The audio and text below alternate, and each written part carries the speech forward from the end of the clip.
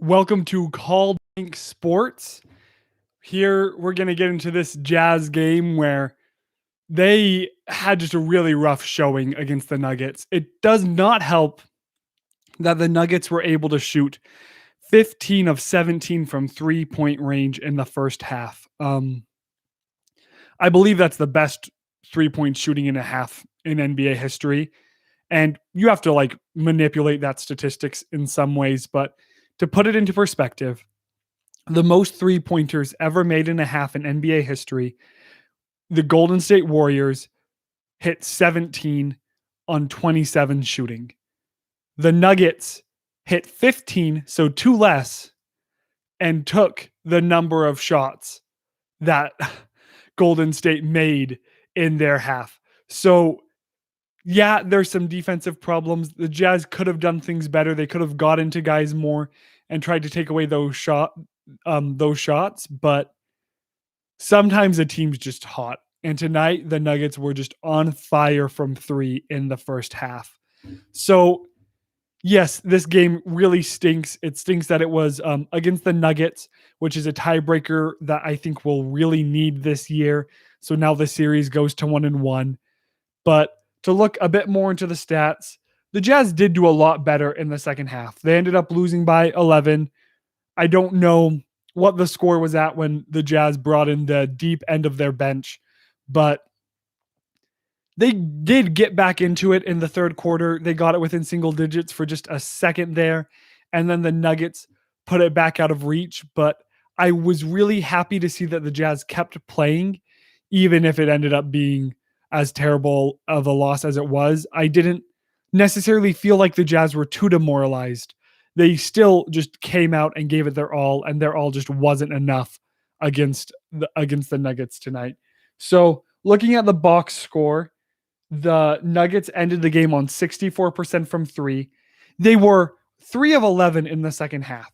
So the Jazz did stop that, but it was too little too late. They needed to just keep their foot on the gas when they got within 10 points at the end of the third. But had they come back from 28 or 29 down, that would have been just an absolute anomaly when you look at games in the NBA. So the first half really sealed the deal in this game. But like I said earlier, I'm happy that the Jazz kept playing. So to look at the box score, the biggest highlight of this game for the Jazz is Bojan was able to get 29 points.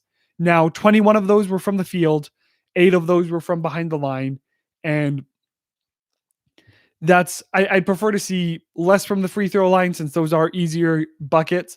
But whatever it takes for Bojan to get back into rhythm. He had a season high of 32 in the last game against Denver, backed it up with what I think is his second highest score this season with 29 against Denver. I might have said Denver instead of Dallas a second ago for his 32-point performance. But overall, just bad game, but hopefully Bogey's back. Hopefully we're going to see Bogey putting up at least 15 plus and alternating with 20 plus between Conley. I'd love to see Donovan, Bogey, and Conley all go for 20 plus, but I don't that might be their average at the end of the year. I don't know how often we'll see them going for 20 plus in the same game. Gonna get here to the comment section in a second. If you could leave a like on the video, that would be awesome. And also, we're almost to 350 subscribers. That's our goal by the end of the weekend. So if you're not subscribed, please hit the subscribe button. We're doing post games after every game, as well as a weekend episode every week.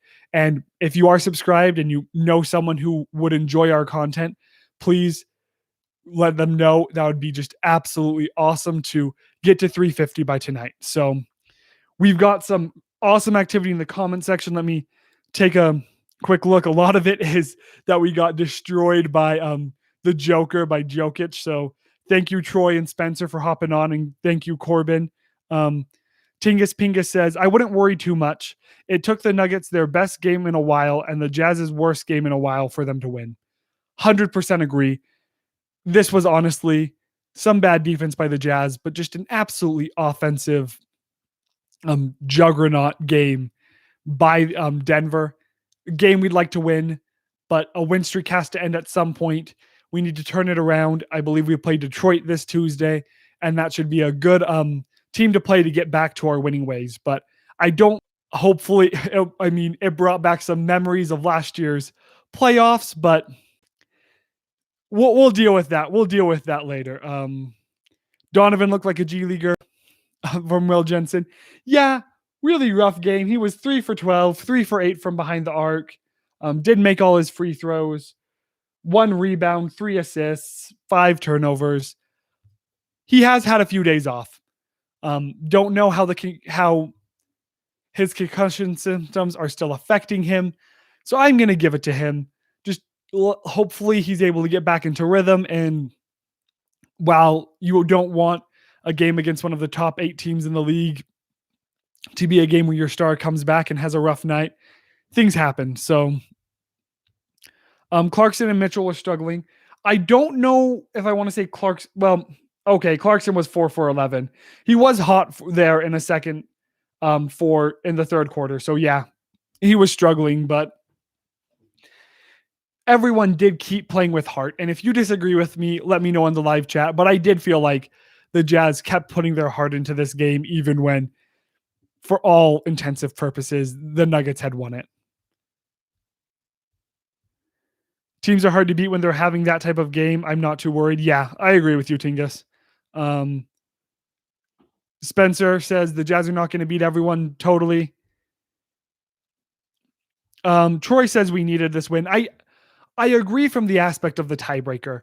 I'm okay with this loss in the scope of it, but it would have been awesome to go up 2-0 in this series, especially when there could only be one more game depending on how COVID happens, and to have it locked up at least in a 2-2 tie. And hopefully the Jazz could go out and get their next win to have this tiebreak, especially if it comes down to the 3 seed or the 2 seed being decided between them. So thankfully the Jazz did win their last one against them, so we're not down to 0-2 in this series. But from a tiebreaker perspective, this was a really rough game to lose. Everything was rushed and there wasn't the flow. Yeah, there wasn't a lot of flow. It started off okay, but when the Nuggets were 4 for 4 from 3, and then they went on to be 8 for 8 from the quarter, it was just setting up for a painful game to begin with. The Jazz basically needed to match everything offensively because they couldn't get any stops on the defensive end. And last, Tingus said just barely, at least we got one of our bad games out of the way early in the season.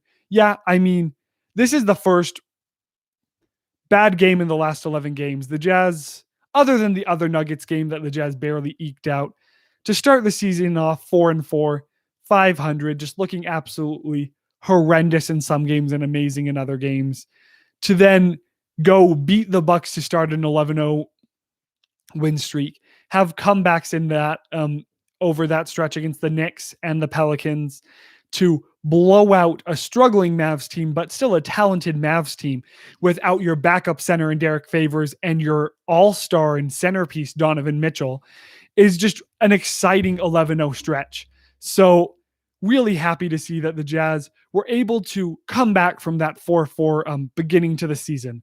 So this game was kind of reminiscent of some other games this year, like the T-Wolves and the Suns. But overall, I just did feel like I saw some more heart from the Jazz in this game. So I think that when they play the Pistons, I believe on Tuesday, they'll come back strong. They'll get a win against a team that they obliterated for their 4th or 5th win in this run. So it'll be a great way to get a few wins before February 7th when they play the Pacers, and then February 9th, I believe, when they enter into their gauntlet of the first half of the season, which begins with playing Jason Tatum and the Boston Celtics. I am excited for that gauntlet. I do expect to see the Jazz picking up a few more losses, but hopeful to see them around over 500, around winning 2 out of every 3 games during that stretch. Obviously, you'd like to see them picking up 3 of 4 or 4 of 5, but there's some great teams that they're going to be facing, and it's going to be back-to-back with limited rest and some tight fourth quarters. So that's going to be a stretch where we really get to see what the Jazz are made of, leading up to them playing the Lakers for the first time on February 24th, which, assuming the Jazz stay put together up until then, is really the game I'm waiting for to see, are the Jazz contenders and are they going to be able to take on the best the league has to offer and possibly make it to the finals this year, which would be absolutely crazy. Will Jensen says, if we start closing out with more emphasis, we'll do better. Yeah, I think that'll be good, especially, well, I just have a hard time nitpicking this game since there were some bad wide open threes to start out. But at the same time, Gobert was up in the face of Murray for a couple threes in the first quarter, like just towering over him, and somehow they went in. So there was just a lot of luck as on Denver's side. And I do have to give Denver credit. You truly never get lucky in this league. If you're not good, you can never be lucky. So Denver's a really good, great team in this league, and they just were able to have an amazing performance that I do feel like was some luck. And that'll be counteracted by Denver having some more horrendous games this season, just like the Jazz had a pretty bad game defensively tonight. So it's what happens in the league, and you can't win them all. You're not going to go, sadly, 68-4 this season. Now we can only shoot for 67-5, but tough loss, and we'll have to move on and just do the best that we can. Troy says Denver has been on a strong run, though. Yeah, they did lose to the Spurs last night. This was a game in the back-to-back, and they frankly got blown out by the Spurs. Probably would have been better for the Jazz had it been a close game against the Spurs and maybe they didn't get as much rest, or had they beat the Spurs and the Jazz were able to, and the Nuggets weren't looking to bounce back after what was truly just a terrible loss. So I do expect to see the Nuggets improve a lot. They did have a really rough start to the beginning of the year, but Jokic is honestly front runner in the MVP conversation right now with Joel Embiid, but I do think the Nuggets are a better team than the 76ers. They've shown it against better competition than Philadelphia has, and there's some scary stuff.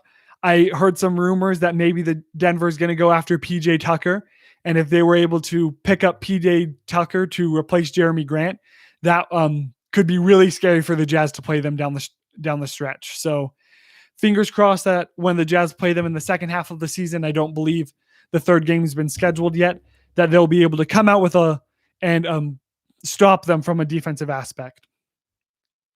So looking at plus minus really quick, it's probably not a surprise that all the Jazz players are in, that all the Jazz players who played significant minutes are in the minus. There's some positives from Juwan Morgan and Brantley, but they were playing garbage time, so not really anything crazy there. Now, a shocking thing that I just realized is Bojan was +0. So, I mean, we were toe-to-toe with Denver when he was playing on the court. So, Bojan could be back. I'm really hoping he is. He has shown some flashes of brilliance. I think this is the first time he's done it 2 games in a row. So, fingers crossed, Bojan coming back would by far be the best thing that we could get out of this. So, those are my thoughts on the Jazz today. I'll be back Tuesday night to discuss the Pistons game. If you have anything else you want to say, please leave it in the chat right now, and I'll get to that before I wrap up.